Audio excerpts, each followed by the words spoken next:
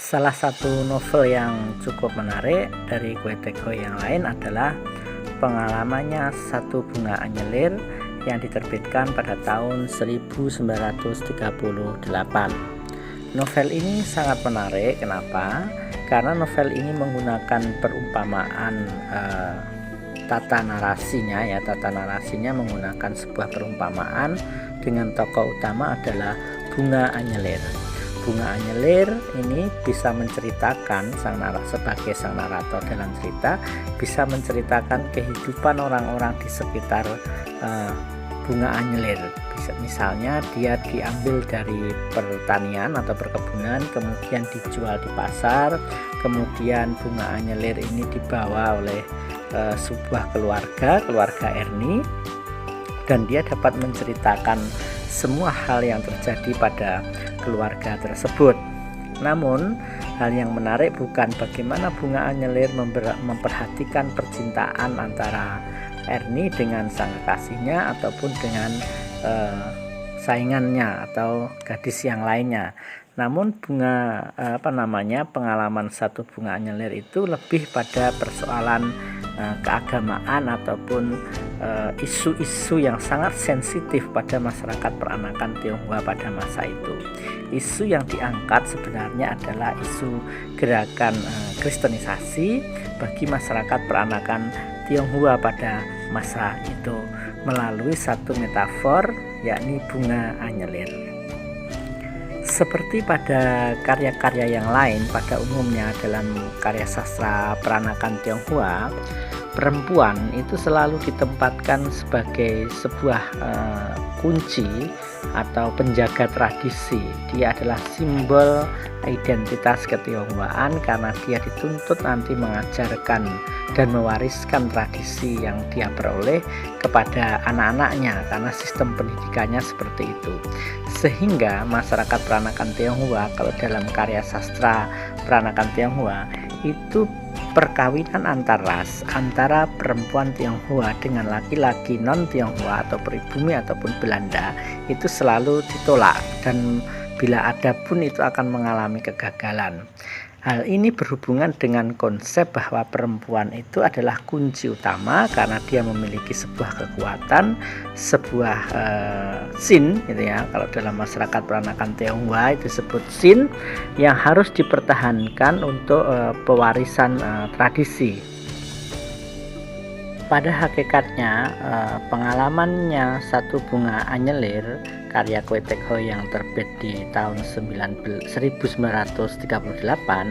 ini tidak hanya berhubungan dengan bagaimana cara memilih calon istri atau memilih perempuan yang menjadi pendamping laki-laki, tetapi bagaimanakah pengaruh, sebenarnya lebih dari itu, pengaruh gerakan liberalisme yang dilakukan oleh masyarakat oleh kolonialisme, oleh wacana kolonial ini mengubah struktur masyarakat peranakan Tionghoa, terutama pada konsep keyakinan atau agama, sehingga dapat dikatakan bahwa pengalamannya Satu Bunga Anyelir merupakan penolakan terhadap gerakan kristenisasi yang melanda masyarakat peranakan Tionghoa.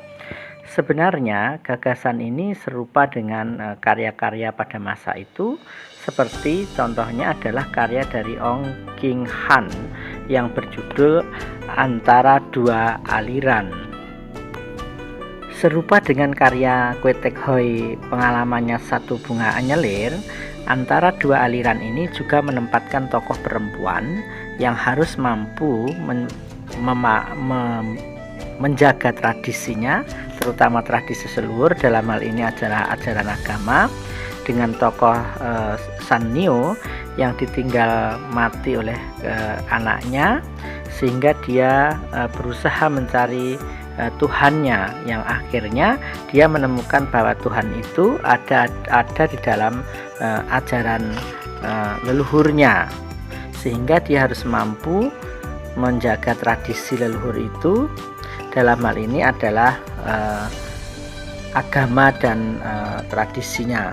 Hal ini sebagaimana disebutkan di dalam novel Ong Kim Han, maka dia mengakui adanya Tuhan di dalam tradisi yang dia bawa. Melalui tata naratif yang sangat bagus dan juga metafor bunga anyelir, di mana bunga anyelir itu sebagai tokoh yang serba tahu, sebagai narator yang utama. Sebenarnya bunga anyelir ini merupakan suara-suara dari kelompoknya Kwek Tek Hoi, sehingga Kwek Tek Hoi dapat memberikan semacam pesan-pesan pemikiran-pemikirannya melalui pandangan bunga anyelir terhadap para tokoh, para lingkungan yang ada di dalam ceritanya. Dengan demikian, pengalamannya Satu Bunga Anyelir merupakan karya yang cukup menarik dan sesuai dengan misi dari Kwek Tek Hoi yang mempromosikan ajaran leluhur. Sebagaimana kita ketahui, Kwek Tek Hoi merupakan pelopor dari ajaran Tridharma, penggabungan dari Buddhisme, Taoisme, dan Konfusianisme. Penolakannya terhadap pemikiran Barat, terutama materialisme, baik sosialisme dan liberalisme, akan terlihat di dalam karyanya yang lain yang terlihat dalam Drama di Bovendigul. Jadi antara karya Drama di Bovendigul dan pengalamannya Satu Bunga Anyelir merupakan satu karya yang serangkaian atau memiliki korelasi yang cukup runtut dari pemikiran Kwek Tek Hoi mengenai kembali kepada tradisi leluhur dengan mengedepankan ajaran yang barunya, yakni teosofi. Ini beberapa contoh dari karya Kwek Tek Hoi mengenai simbolisasi penolakan terhadap liberalisme.